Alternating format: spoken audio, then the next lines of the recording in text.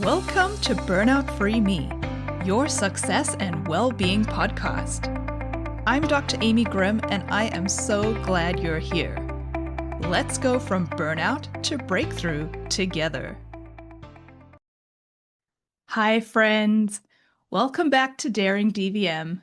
This is episode number 124. I'm your host, Dr. Amy Grimm. And today's episode, it's going to be a little spicy because I'm going to push back against an idea that's been bugging me. Currently, I am reading the book Dopamine Nation by Dr. Anna Lembke, a well-known psychiatrist in the field of addiction medicine. In her book, she offers that nowadays we have an abundance of pleasure-inducing activities, such as Netflix, social media, fast food, and this has created a collective addiction that fuels a compulsive cycle of overconsumption and therefore dopamine overload.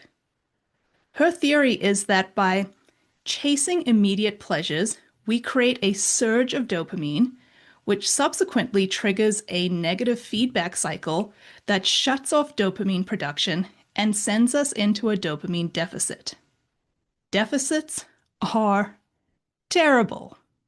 So to feel better, we chase more dopamine. But each time we do this, the payoff becomes less and the negative swing becomes greater. This ultimately leaves us feeling unfulfilled and unable to derive true joy from our lives. Now, this is all very true, and I highly recommend reading this book. However, she does also suggest that an increase in leisure time is a contributing factor to our compulsive overconsumption, our continued numbing out, and the subsequent pain we experience in life.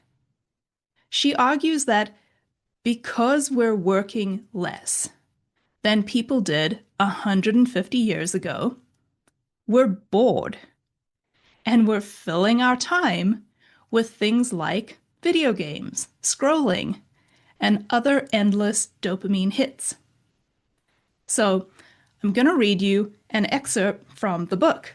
Another variable contributing to the problem of compulsive overconsumption is the growing amount of leisure time we have today, and with it, the ensuing boredom.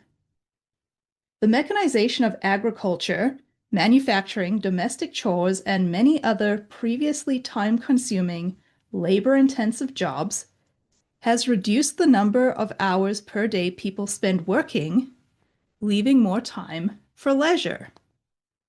A typical day for the average laborer in the United States, just before the Civil War, whether in agriculture or industry, consisted of working 10 to 12 hours a day, 6.5 days per week, 51 weeks per year, with no more than 2 hours a day spent in leisure activity. Some workers, often immigrant women, worked 13 hours a day, 6 days a week. Others labored in slavery.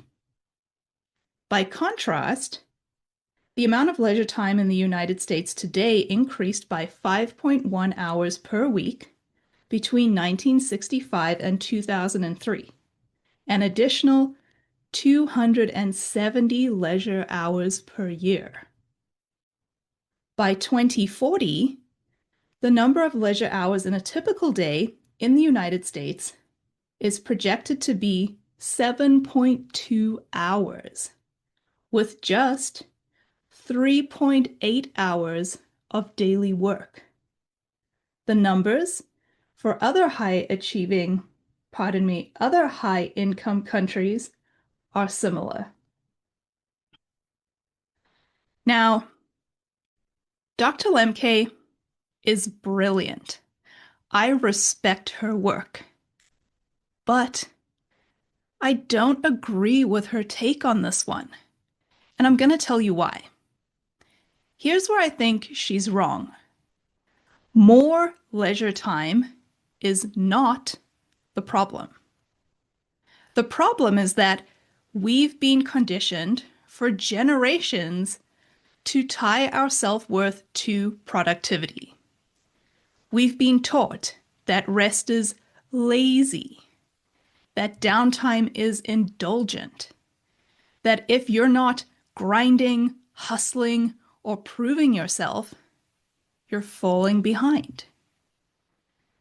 So when we finally do get a moment of downtime, our nervous systems freak out.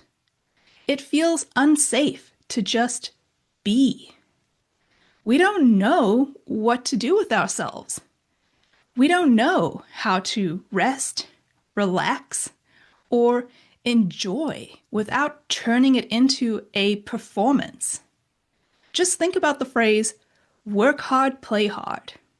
Even play has to be intense, productive, and Instagram worthy. The hidden agenda is that we should not rest. You're either working or you're doing, or you're dead. So no, I don't believe that the amount of time is the issue. It's the narrative.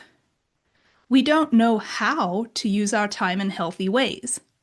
And healthy use of time includes rest, the ability to just be. But this is not modeled for us. Instead, we're fed the story that productivity, busyness, doing, saying yes when we'd rather say no, is to be praised. This is what makes you worthy. This is what makes you a worthy human being. No wonder we feel uneasy, unsettled, or anxious when we try to actually take a break. If you're anything like me, you may have noticed how much harder it's become to just sit in silence, to watch the world around you without pulling out your phone. That urge to check your phone, to scroll, to do something, that's not about too much leisure or free time. It's about not knowing how to feel safe in stillness.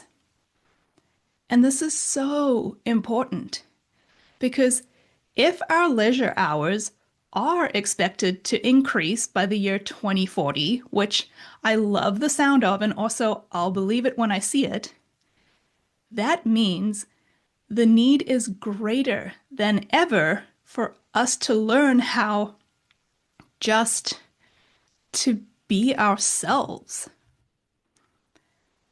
Now, I don't know if those numbers are realistic, but let's just say automation and AI really do free up 7 hours of our time per day, and we only work 3 to 4 hours a day. If this is true, we need to, now more than ever, reconnect with ourselves and learn who we are.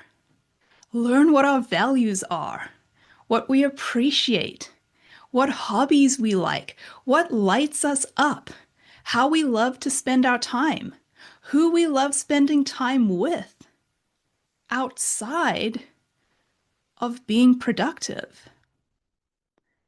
We need to learn what it means to rest, what it means to take care of ourselves, what it means to take care of each other and our communities, because that is how we're going to prosper and thrive. If we don't learn these skills, we're just going to continue to burn ourselves out, filling our free time with mindless activities and things that may not even bring us joy. Things that may exhaust us, or even fill us with resentment.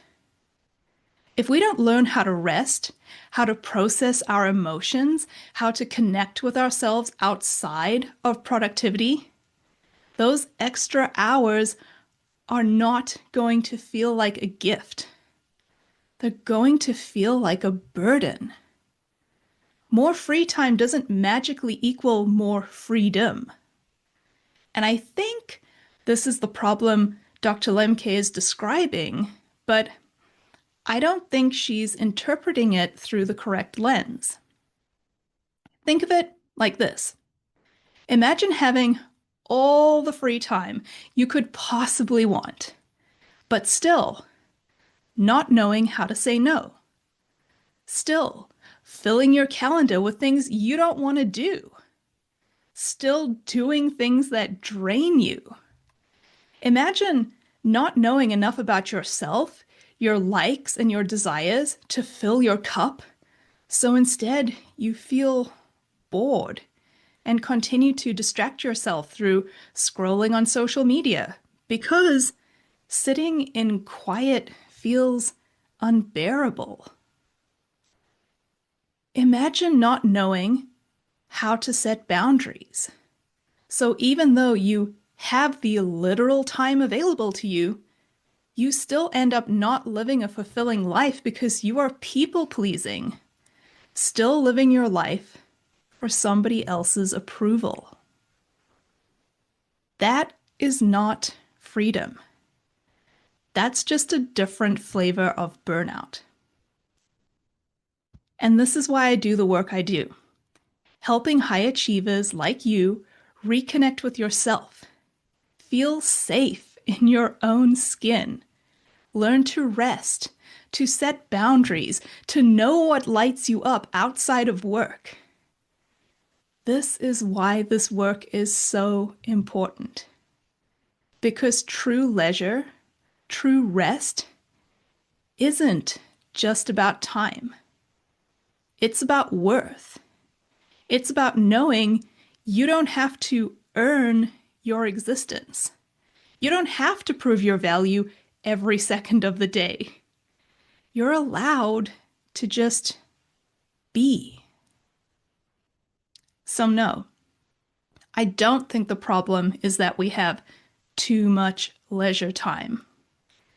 I think the problem is that we've never been taught how to use it in ways that actually nourish us. And if the future really does give us more hours back in our day, then the real opportunity is this: to reclaim those hours for ourselves, for rest, for joy, for community, for the things that remind us we're alive and that we are worthy just as we are. So here's my challenge to you. This week, practice being. No productivity, no performance, no distraction, just being. And notice what comes up, because that is where your work begins. All right, friends, that's my hot take for today. Thanks for listening. If this episode got you thinking differently, do me a favor and hit like, subscribe, and share it with someone who needs this reminder too. This is how we reach more high achievers who are ready to stop running on fumes and finally reclaim their time, energy, and joy. And until next week, dare to dream.